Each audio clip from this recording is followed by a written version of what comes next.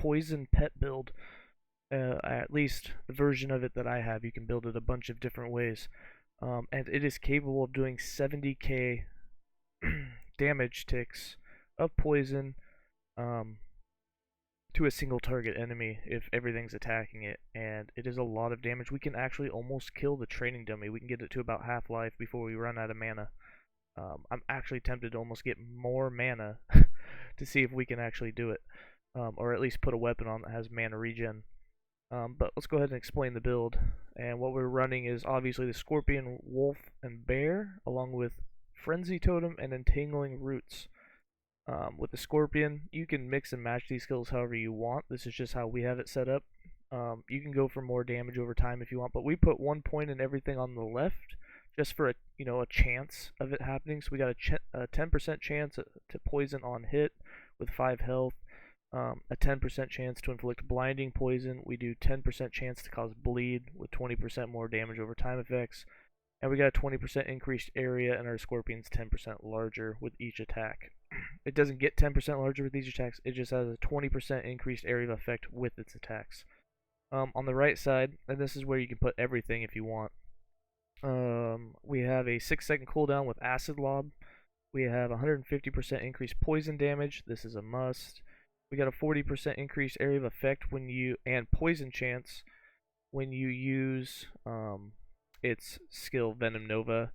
Venom Nova leaves behind a poison pool for 3 seconds. The poison pool will then give all your minions a 40% chance to poison on hit and 12% increased attack speed. And then we have, whenever your Scorpion is hit, there's a 10% chance that it will make a poison pool that way. But that way has a 10-second cooldown. This pull, however, will automatically stay for 3 seconds no matter what you put on the deeper puddle. The Wolf is currently running what is a must up here, is 150% more damage over time, multiplicative with other bonuses. So all the poison that it gets, it's a multiple 150%. That's a big one. You definitely want that. We have a 25% chance to inflict bleeding.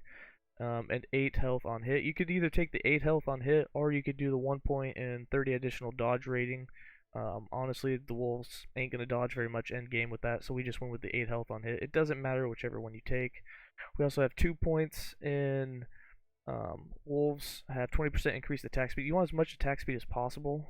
You could, if you wanted, just do 10% here and put another 25% chance to inflict bleeding. Either way, I haven't tested back and forth which one does more damage, but I just want to apply as many stacks of poison as possible so we have as many points into attack speed as we can do. And then you have to have the extra wolf and the companion. The thing we might change is we might take 2 points out of the additional armor and physical leech and put it into attack speed, but survivability for the wolves itself becomes kind of a thing, high waves. So we've just left the 5 points in the additional armor for now. So obviously 4 points in Savage Hunters, 1 point in Pack Hunters, then 5 points in Earthborn, and then the maximum +1 companion down the bottom for a called Rise of the Wild. We also have 1 point in more health, multiplicative with other factors, and 1 point in vitality with 50% increased health regen. I haven't really mixed and matched if this really helps their survivability, but you could take those 2 points out and put them, in either one, either in bleed chance or in attack speed. For this, I actually probably should have put it in the bleed damage just to see if that gave us even higher than the 70kTicks. I might try that to see if we can kill the training dummy. And then the bear, we're going full tank and full retaliatory poison damage. So the way this works is we got 3 points in thick hide for additional health and stun avoidance, 4 points in armored bears for that 600 additional armor, and then we have 1 point in retaliatory thorns, 2 points to make the thorns go faster and further to try and get as many enemies as we can. We'd put 4 points there, but we just couldn't. We'd really like to put more points in the chance to bleed, but we just ran out of points, and you really want the poison. Our bears do 15% more damage. That one doesn't even matter. What you really want is down here to the left. You want this Thorn Bear, because now instead of taking 75 damage to cast Retaliatory Thorns, it only takes 30 damage, which means you're casting it 2.5 times more often. Then you have to put 2 points in Barbed Thorns. You wouldn't think so, because you don't care about the double damage, but that's the only way to get Ursine Endurance, where your bears have a 4-second cooldown on Briar Thorn. The reason you want the cooldown is that so they're not attacking from range, and they'll go jump into the fight and be tanked. And then we got 5 points in Nightshade, and that's for the 100% chance to poison with their thorns on every hit. That's a lot of poison damage when they're taking it. Then Frenzy Totem. We went with the 50% for poison on hit, 2 points in the melee physical, 4 points for increased frenzy effect, 3 points in revitalizing totem. That's for the increased health regen, only so that we could go down south, and these are really important for late game. The first two don't matter, but the last one, where you get that 200% increased armor and protections, that really helps all your minions late game to help them from dying. And then Entangling Roots, this is your lifesaver and your damage. So this whole skill pretty much revolves around Entangling Roots. And the way it works is Entangling Roots heals allies for 60 health per second. That doesn't seem like a lot, but just remember that number. We went for mana efficiency down in the bottom right, so you're going to have to put 1 point in both of these, which is nice because it gives back mana, it gives a healing nova at the very end, and also remember that does 30 health, so when it ends it does a nice poof effect and it gives 30 more health to each of your minions. Just remember those numbers, 60 and 30, because we're going to go over those. And then the mana efficiency is to make it cheap enough to keep spamming. We went with patches. You're going to want the patches because the patches mixed with the increased area of effect makes them overlap. So keep this in mind, you're getting 60 and 30 health. That means a 90 health per patch. Now you're running 3 patches and they're overlapping, so they're getting the effect of all of them. They stack. That's 270 health per second. And just remember that number because that's going to get multiplied and added to later. Allies within the area of effect get 60% increased damage. We had to put 2 points into this so that we could get the increased area. Otherwise, we would have had a full 5 points in the poison chance. We're only running 4 points. And then you have the increased area, and the 1 point to keep the buffs for 3 seconds after leaving the area of effect. You don't have to put a point here and you can go back into the poison chance, but we did this because sometimes they run out of the circle and you still want them to have that poison chance or else the poison damage goes way down. And you want them to kill things as fast as possible. So those are the skills on the passive tree. We're running Gift of the Wilderness, 1 point in Primal Strength just to get the survival of the pack leech for them, 5 more points in Primal Medicine for their overall damage boost, and 1 point obviously for Ancient Call, which gives your companions 15% increased health and you can revive them faster. Starting with the Druid bottom, because we're mastered in Beastmaster. We ran this because this is where that healing. So remember, you're getting 270 health if they're in all 3 of those patches. So here we have increased health just to bump us up to here. So Veil Warrior, you and your minions get 50% increased physical damage, not a big deal, and 50% increased healing effectiveness. So right there, that 270 health is 50% more. Up here, we have another 120% healing effectiveness. So now it's 120% more.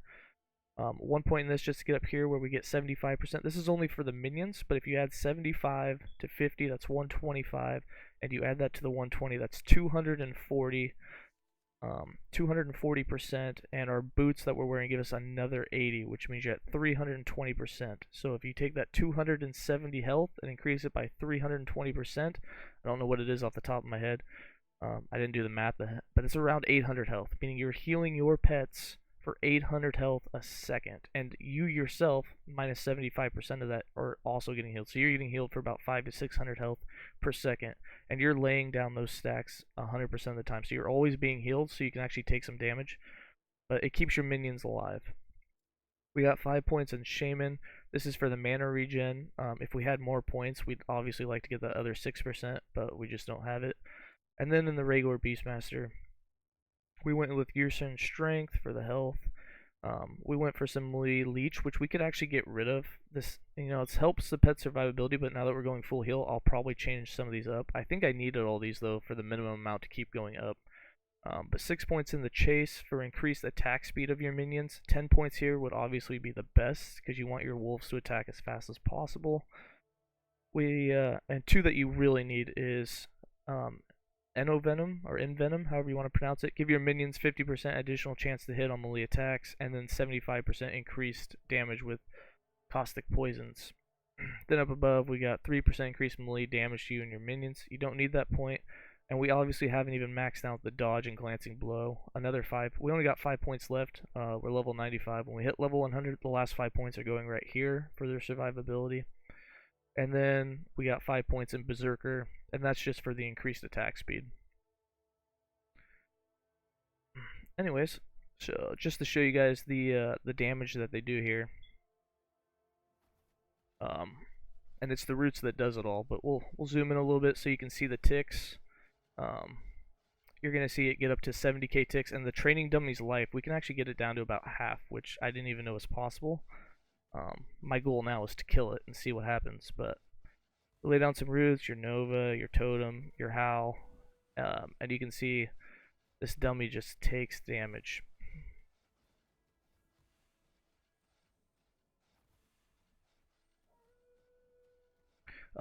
We didn't quite get it to half on that, but there are some, you can see right now 44k, 45k seems to be about the number. I know there's probably some 60 I wasn't really paying attention, but I just wanted to prove you can actually kill the dummy. You just have to do a lot of damage. If it wasn't for the fact we ran out of mana, we'd really go for it. But I can see some 60k ticks, 76k. I saw 76k in there, so it does a lot of damage. Oh, there goes the life. We got down to about 3/4. Yeah, I really want to kill it now. I gotta find a way to do it. We just need a little bit more poison damage. But anyways, that's the build. That's it. Have fun with it.